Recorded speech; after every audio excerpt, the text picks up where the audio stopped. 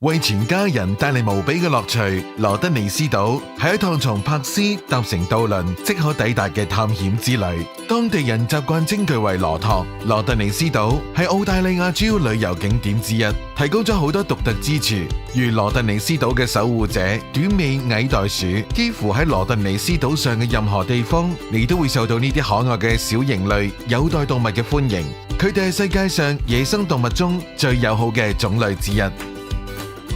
你可以步行、騎自行車或公共汽車探索 Rottnest Island，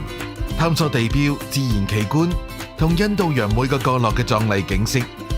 擁有超過60片未受污染嘅海灘同晶瑩剔透嘅海水，羅德尼斯島非常適合游泳、浮潛、潛水、衝浪、釣魚等活動，或者無憂無慮咁躺喺沙灘上。冒險船之旅可以帶領遊客以近距離嘅方式欣賞豐富多樣嘅海洋生物，如海豚、新西蘭海狗同遷移嘅座頭鯨。美麗獨特且富有冒險，羅德尼斯島係全球絕佳嘅海島目的地之一。